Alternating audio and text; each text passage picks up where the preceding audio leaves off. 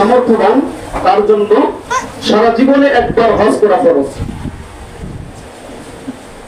হাদিসের মধ্যে নবীজি সাল্লাল্লাহু আলাইহি ওয়াসাল্লাম যখন সাহাবায়ে কেরামদেরকে উদ্দেশ্য করে বললেন, তোমাদের উপর বাইতুল্লাহর হজ করা ফরজ করা হয়েছে, তখন একজন সাহাবী আকরা ইবনে হাবিস রাদিয়াল্লাহু তাআলা আনহু নবীজিকে প্রশ্ন করতেছেন, হজ কি প্রতি বছরই করব? নবীজি সাল্লাল্লাহু আলাইহি সাল্লাম চুপ রইলেন। আবার প্রশ্ন করছেন সাহাবী, হজ কি প্রতি বছরই ফরজ নাকি একবার ফরজ?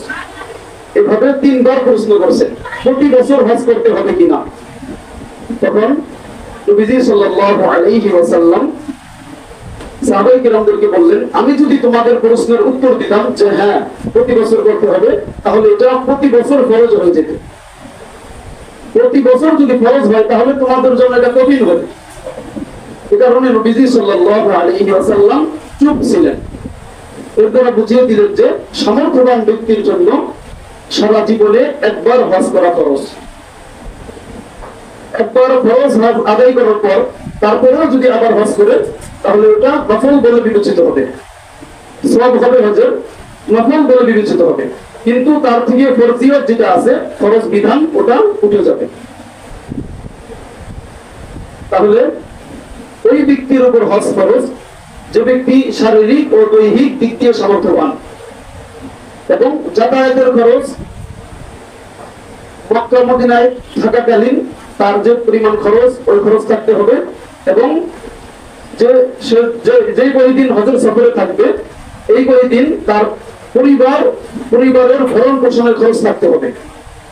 তাহলে পরিবারের ভরণ পোষণের খরচ থাকতে হবে, যাতায়াতের সামর্থ্যবান হতে হবে, যে কয়েকদিন মক্কা মদিনায় থাকবে ওই কয়েকদিনের যে খরচ আছে ওটা থাকতে হবে এবং শারীরিক যে সুস্থতা এটাও থাকতে হবে। এরকম যদি কোনো ব্যক্তি হয় তাহলে এই ব্যক্তির উপর সারা জীবনে একবার হজ করা ফরজ। এই বাইতুল্লাহর হজ এটা ইসলামের 5 ভিত্তি, তার মধ্য থেকে একটা ভিত্তি। বুখারী ও মুসলিমের হাদিস, নবীজি সাল্লাল্লাহু আলাইহি ওয়াসাল্লাম বলেন, বুনিয়াল ইসলামু আলা খামসিন শাহাদাতি আল্লা ইলাহা ইল্লাল্লাহ ওয়া আন্না মুহাম্মাদার রাসূলুল্লাহ ওয়া ইকামিস সালাতি ওয়া ইতাইজ যাকাতি ওয়া সাওমি রমাদান ওয়াল হজ্জি ওয়া সাওমি রমাদান। আল্লাহর হাবিব জনাবে মুহাম্মদুর রাসূলুল্লাহ সাল্লাল্লাহু আলাইহি ওয়াসাল্লাম বলেন যে ইসলামের যে মূল স্তম্ভ ভিত্তি 5টি। এর মধ্যে থেকে একটি হলো আল্লাহ তাআলার প্রতি সাক্ষ্য দেওয়া যে আল্লাহ রাব্বুল আলামিন ব্যতীত আর কোনো মাবুদ নাই এবং মুহাম্মদ সাল্লাল্লাহু আলাইহি ওয়াসাল্লাম আল্লাহ তাআলার রাসূল। তারপরে নামাজ কায়েম করা, যাকাত আদায় করা, রমজান মাসের রোজা রাখা এবং হজ করা। এই 5টি হলো ইসলামের ভিত্তি।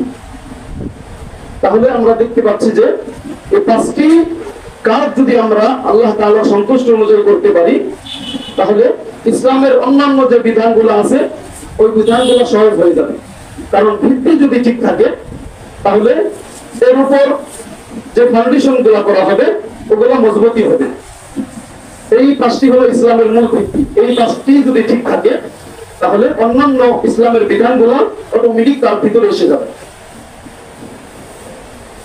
তাহলে সামর্থ্যবান যে ব্যক্তি আছে তার উপর যাকাত দেওয়া এবং সামর্থ্যবান যে আছে তার জন্য বাইতুল্লাহর হজ করা। হযরত আয়েশা রাদিয়াল্লাহু তাআলা আনহা নবীজি সাল্লাল্লাহু আলাইহি ওয়াসাল্লামকে বললেন, ইয়া রাসূলুল্লাহ, হজ করা তো। আয়েশা রাদিয়াল্লাহু তাআলা আনহা বলতেছেন নবীজিকে, ও আল্লাহর হাবিব, আপনারা তো জিহাদে যান, জিহাদের তো অনেক ফজিলত।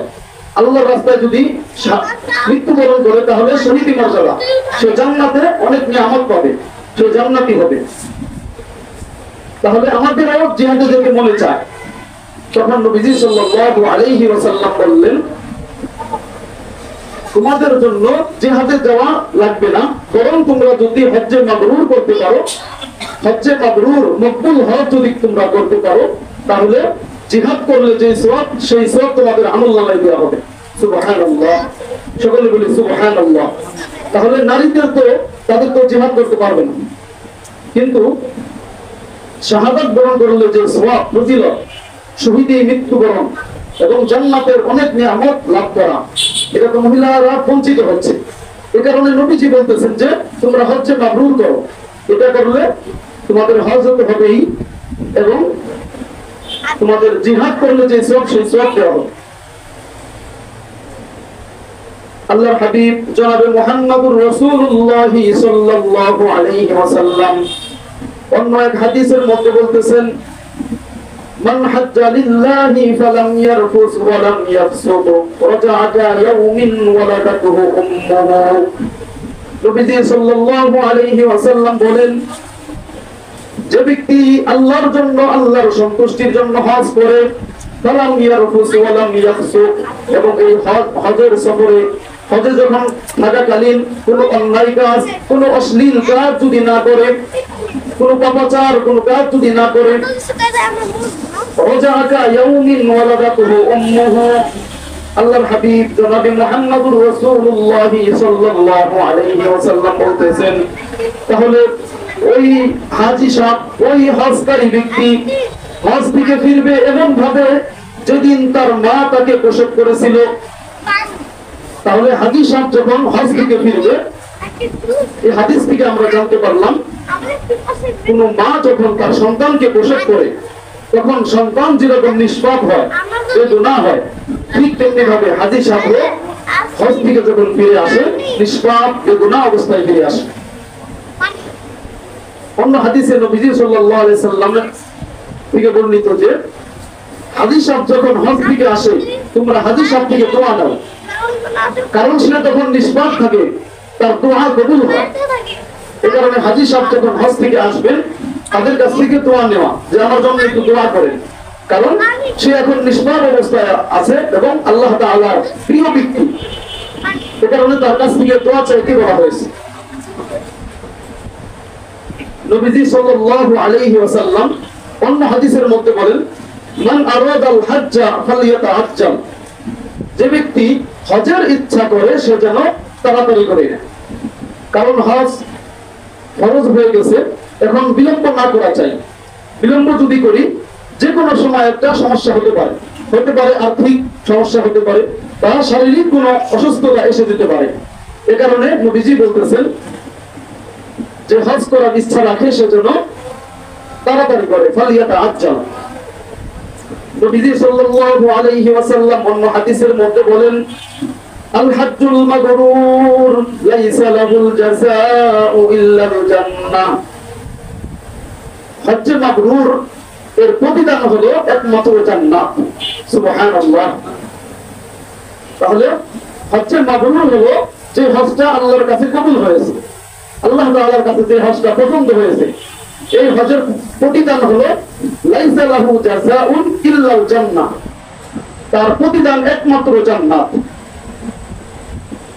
তাহলে এই হজের ফজিলত আমরা পাইতেছি যে কি সামর্থ্যবান ব্যক্তি যে আছে, সে যদি আল্লাহ তাআলার সন্তুষ্টির জন্য হজ করে, তাহলে সে নিষ্পাপ বেগুনাহ হয়ে যাবে এবং আল্লাহ তাআলার প্রিয় ব্যক্তি হবে, সে জান্নাতের মেহমান হতে পারবে। এই মকবুল হজ করার কারণে আল্লাহ রাব্বুল আলামিন তাকে কাল কিয়ামতের দিন এর প্রতিদান একমাত্র জান্নাত দিবেন। এই কারণে আমরা যারা সামর্থ্যবান আছি, আমাদের উচিত তাড়াতাড়ি করে নেওয়া। হজের যদি আমাদের সামর্থ্যবান যদি আমরা হয়ে যাই, তাহলে আমরা হজের দিকে তখন আমরা হজে যাওয়ার ইচ্ছা করবো এবং এর জন্য যা যা করার দরকার সেই কাজগুলো আমরা করে ফেলবো।